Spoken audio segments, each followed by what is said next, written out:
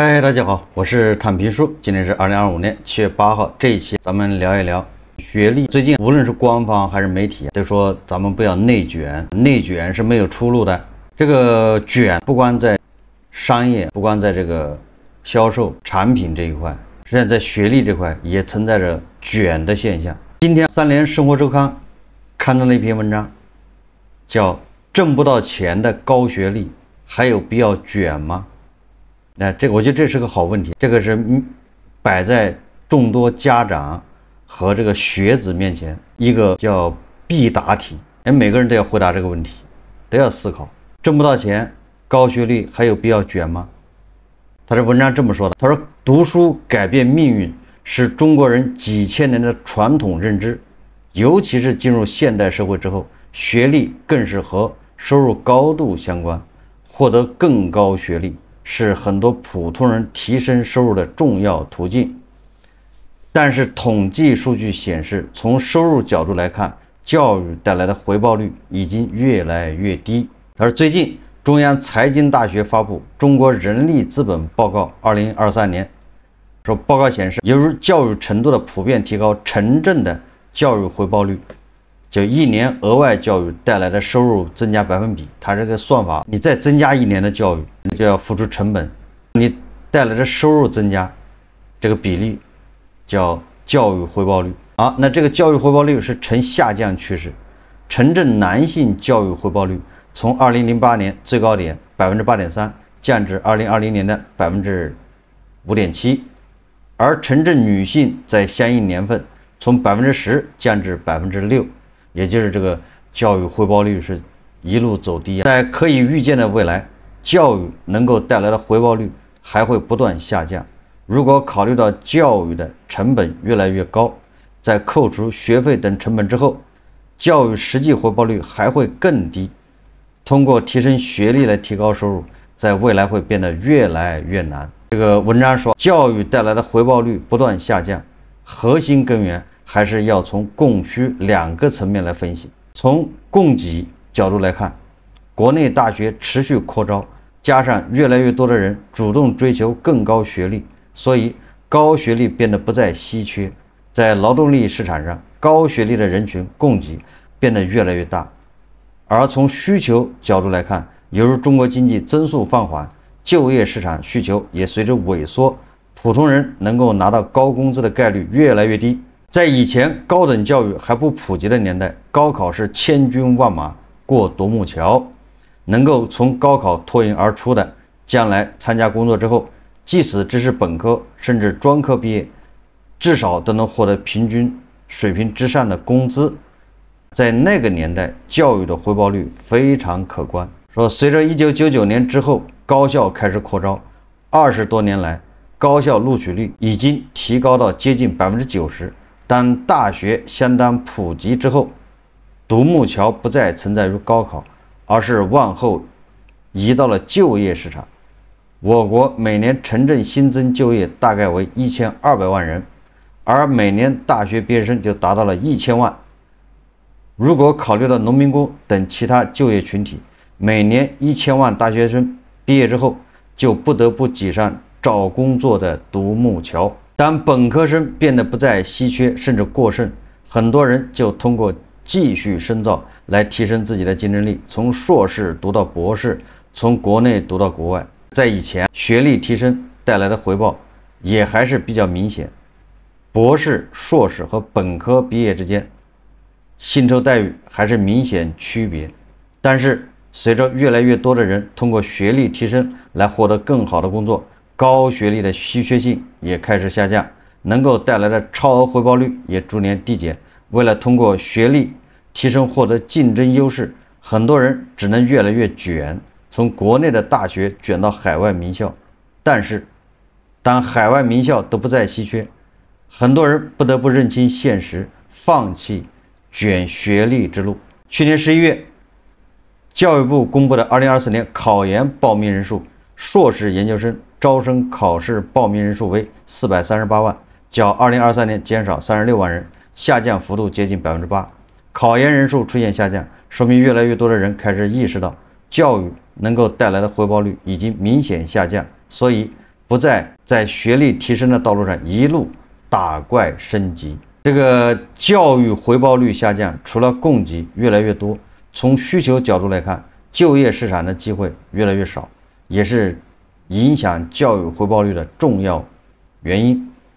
但是随着我国经济增速放缓，就业压力也随之上升，尤其是对那些高学历人群，感受到的压力更大。因为高学历就业主要集中在互联网、金融和房地产等行业，以及外资企业等等，这些部门能够为高学历人群提供相对较高的收入。但是这一轮经济下行，互联网、房地产和金融行业成为裁员大户，很多拿高薪的高学历人才反而比普通人面临更大的裁员压力。除此之外，外资在最近几年有所撤离，也对高学历人才就业带来了冲击。你看，最近沃尔沃裁掉3000人，微软裁掉几百700吧，花旗裁掉3000。那据说在沈阳华晨宝马，那个宝马好像现在是休一天，就是你通过这些现象就知道就业有多难。我国很多高学历人才，尤其是海归回国之后，在华的外资企业成为这些人才重要的就业去处。统计数据显示，我国有4500多万人在外资企业就业。想一想吧，4500多万人在外资企业就业，我们现在一年大学生毕业是1200万，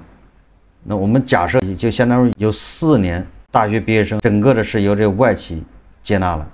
占我国就业总人口比重达到10%。最近几年，在华外资出现了一定程度的撤离迹象，一些重要外企关闭了在华业务。统计数据显示，2023年前11月，我国外商直接投资同比下降10%。外资撤离对于高学历人才而言，意味着少一条非常重要的就业途径。很多高学历海归回国之后，发现一纸海外文凭并没有给自己带来太明显的就业机会。这些海归回国之后，现在人家是在撤离，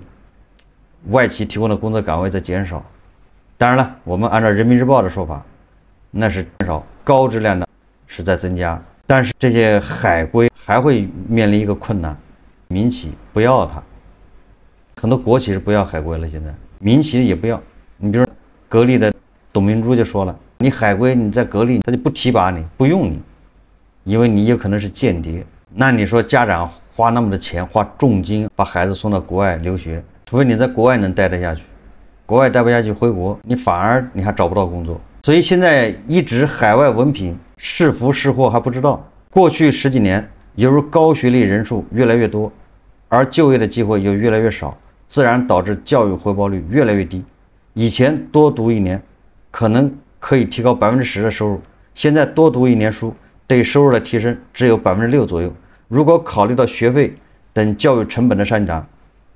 教育对收入的实际提升幅度还要大打折扣。最近几年，国内高校学费普遍上涨，很多本科专业的学费涨幅甚至高达50%。这个咱们节目也介绍过，学费上涨是迫不得已，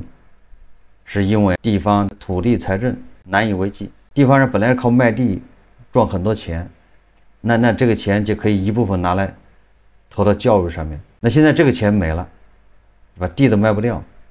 地方政府连工资都发不出来，他不可能给教育上面多投钱，那你这些高校只能涨学费来应对。说研究生阶段的学费涨幅更大，部分高校甚至不再为研究生提供宿舍，这都在很大程度上提高了读研究生的成本。但读书的成本越来越高，能够带来的回报又越来越低，所以很多人不得不放弃卷学历，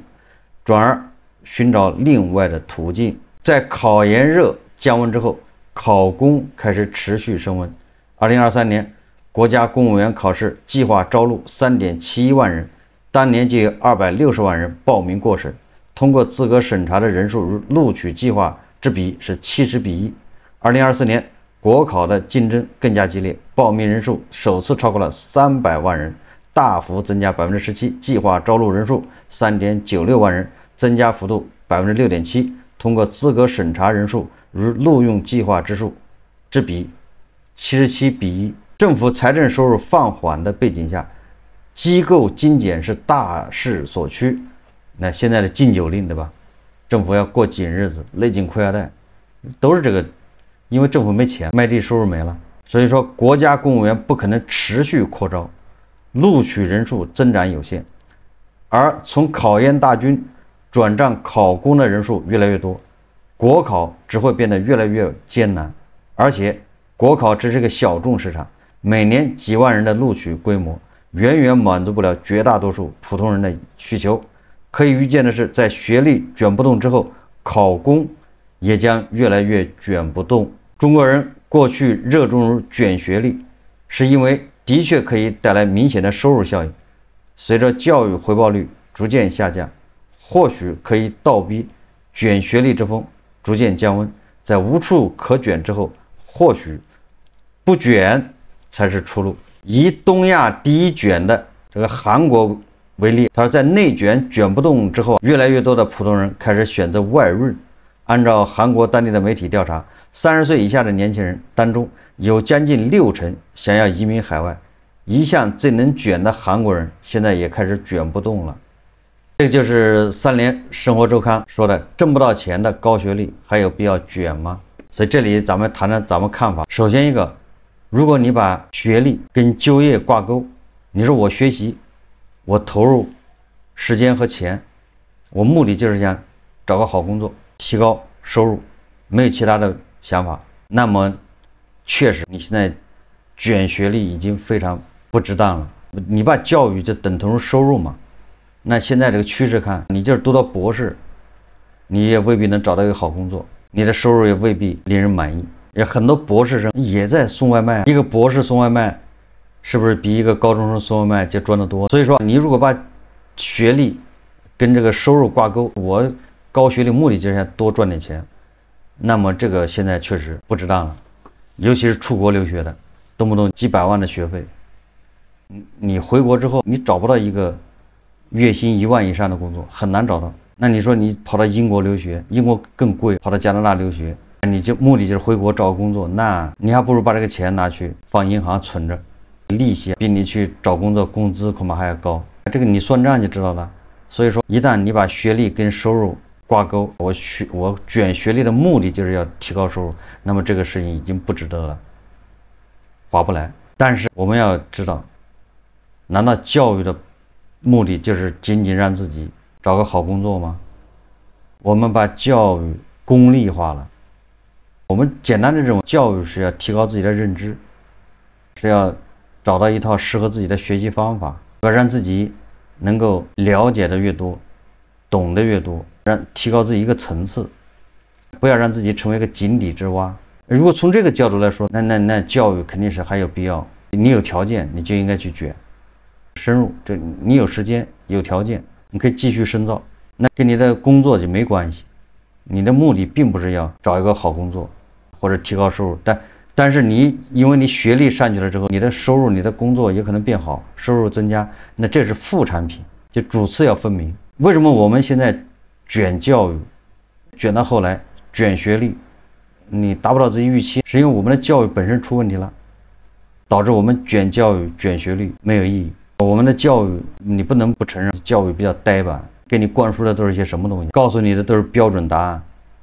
告诉你的都是要按照这个1、2、3、4、5去做，不能逾越，得按照规矩来。教育变成一个洗脑，那你这样的教育你接受的越多，你的未来路就越窄。就是这样的教育不仅没有好处，恐怕还有坏处。我记得咱们分享过一个文章，对吧？说的是一个北漂985大学的研究生毕业，他一毕业好像就送到去美国作为一个什么访问学者，回来就进了央企，但是他短短的3年里面就3次被裁。第一次他是从央企是自己辞职的，去了什么腾讯，后来每年裁一次，每次都有他。这就充分说明这些教育学历越高未必等于你能力越强，这个就是教育本身出了问题。就我们要让自己能力强，我们要让自己能够让你穿越这个低谷的是你的才华，我们希望让自己的才华能够得到提升，但是现在的教育不一定能承担这个责任，能够完成这个任务。所以在我看来，除了个别的行业或者除了个别的人群，比如说有人他就喜欢搞学术的，你要往下读没有办法，你在一个小众领域，你还得去卷学历去。绝大部分人读到本科就完全够了，你就受到本科教育就行了，剩下的靠自己自学，靠自己的兴趣，根据自己的需要再去学习。每个人都不一样，有很多人去读研究生、读博士呢，都是浪费时间、浪费精力、浪费金钱。大家也知道，现在年龄歧视，35岁，很多人你在年龄上就没有优势了。我不说歧视你，也不说35岁必须把你裁掉，但是你35岁确实就在年龄上面没有了优势，45岁呢更没有了，对吧？你如果读到博士一毕业，恐怕也是30多岁了，黄金时间就是那么2年。有的人笨一点，读书可以，但是走上工作岗位还没有别人适应的快，你3年刚适应，你都已经40了。现在经济不行，裁员是家常便饭，说不定把你就裁了。所以说你读到本科就够了，就是普通的人，你除非你是刚才说的你搞研究的，那是另外一回事。读到本科你应该去工作，在你工作中工作了几段时间，你再去学习，这个学习不一定是脱产，说我非得考到哪个学校去，而是你在工作中学习，活到老学到老。这个文章说的读书改变命运、内卷，这个都是咱们这的特色，或者放大一点是东亚民族这个特色。日本也这样，韩国更是这样，那咱们这儿不用说了。为什么？它有个特色，儒家文化它就是这样的。为什么我们会形成一个读书改变命运？这是有历史原因的。最早的时候，读书是少数人的事，跟老百姓没关系，因为老百姓你没有钱，那个书很贵，不管是竹简的还是刻在骨头上面的，你普通老百姓你是没有机会接触这些书籍，你都接触不到书，你顶多认几个字。所以读书是少数人、权贵、有钱人他们的游戏。这就是为什么唐以前嘛，我们叫门阀、世家大族，什么四世三公，这个是有它原因的。因为老百姓、穷人，就底层的百姓，你没有机会接触到书，书很贵，你连饭都吃不饱，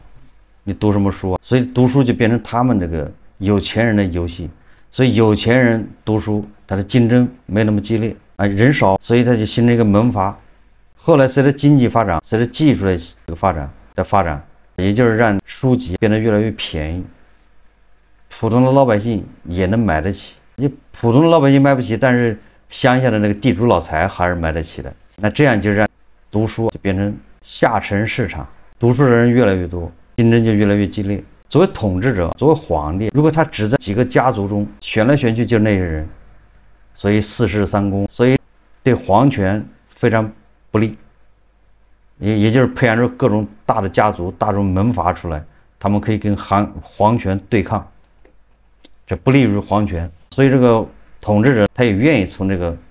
底层老百姓中去选拔，也就是科举。科举不就是干这事吗？就是避免从什么门阀、士大夫这么那个阶层选人，选来选去就那么几个人、几个家族，时间长了他还跟皇权掰手腕。科举制度很好的解决了这个问题，他从老百姓中选。你考上你就能去当官，最后官至宰相，或者是什么大学士、首辅。因为你出身贫寒，你也没什么靠山，你当了官，你儿子在当官，你也形成不了一个门阀，所以对皇权的威胁比较小。我说这个什么意思？最后就形成一个老百姓，就是叫读书改变命运，大家都去读书，完了再去考举人、考秀才、考举人、考进士。往上考。过去为了鼓励这些农民、这底层人读书，给读书还给了好多优惠政策。你比如你考上秀才，你就不用交税。你想想，这不就是鼓励你读书吗？你考上举人就等着当官了，安排你当官去了。所以咱们这儿才有根深蒂固的叫读书改变命运。日本、韩国都差不多，都受这个影响。但是美西方好像就没这个什么读书改变命运。至少没这么强烈。改革开放以后，我们需要大量的类似于工程师、理工科的这个人才，你就得按照那规章制度，你就得干活，按照那个条条框框，你就往下干就行了。所以1999年扩招，为什么那时候扩招？就是因为我们改革开放要加入 WTO， 反正对人才的需求量就大了。但是现在的经济到了现在这个地步，外资在撤离，提供的优秀岗位在减少，在人才这块是供大于求，所以人才越来越不值钱，贬值，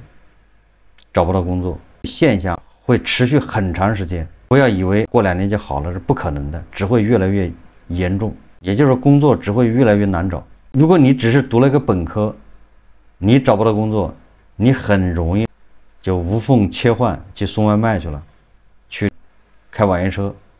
你常常好拖。但是你要读了研究生，甚至你要读了博士，你去送外卖，你去开网约车，好像就压力就更大了，反而更难。所以咱们的年轻人也应该学一学韩国人。韩国人有60%的年轻人想移民海外，卷到极致，卷不动了，人家出国去了。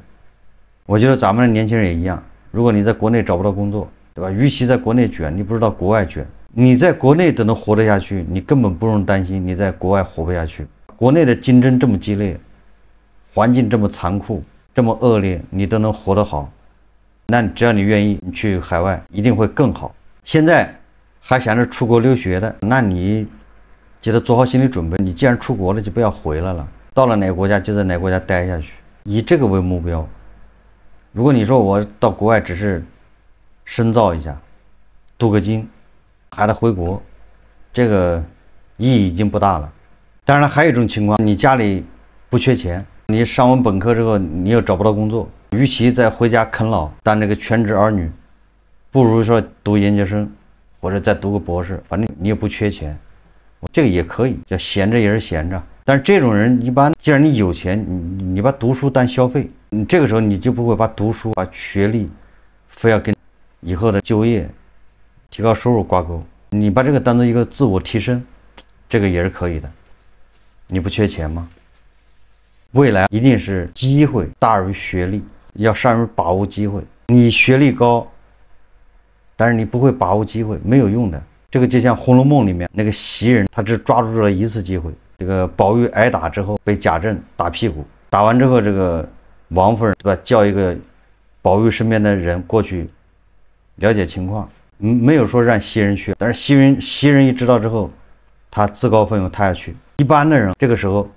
都是避免去王夫人那儿，因为你不知道王夫人会不会发脾气，会不会把这个事情怪罪给他，这个时候要躲。但是这个袭人不是的，人家主动去了，他就抓住这一次机会向王夫人汇报，取得了王夫人的信任。从此袭人升职加薪。还有怡红院的小红，原名叫林红玉的，你看他就抓住一次机会。王熙凤临时抓差，让人回去传个话，这个小红看见了，他主动去，王熙凤就让他去传话，结果就这么一件事，王熙凤说看上他了，要把他带在身边培养。这林红玉这小红就乌鸡变凤凰啊！《红楼梦》里面这样的故事很多，你要善于抓住机会。相比较学历给你带来的收入，你善于抓机会，比你带来的收入更多得多啊！那是，对吧？这是你人生实现什么破圈？这个恰恰跟你的学历没什么关系。最后再说一下，总体上看，我们未来很长时间就业都不会好转，只会越来越难。这个应该是个确定的事件。年轻人应该更多的把目光转向海外。好，这期节目我们就聊到这里，感谢大家收看。如果喜欢我的节目，欢迎订阅转发，也可以在下方留言评论，谢谢大家。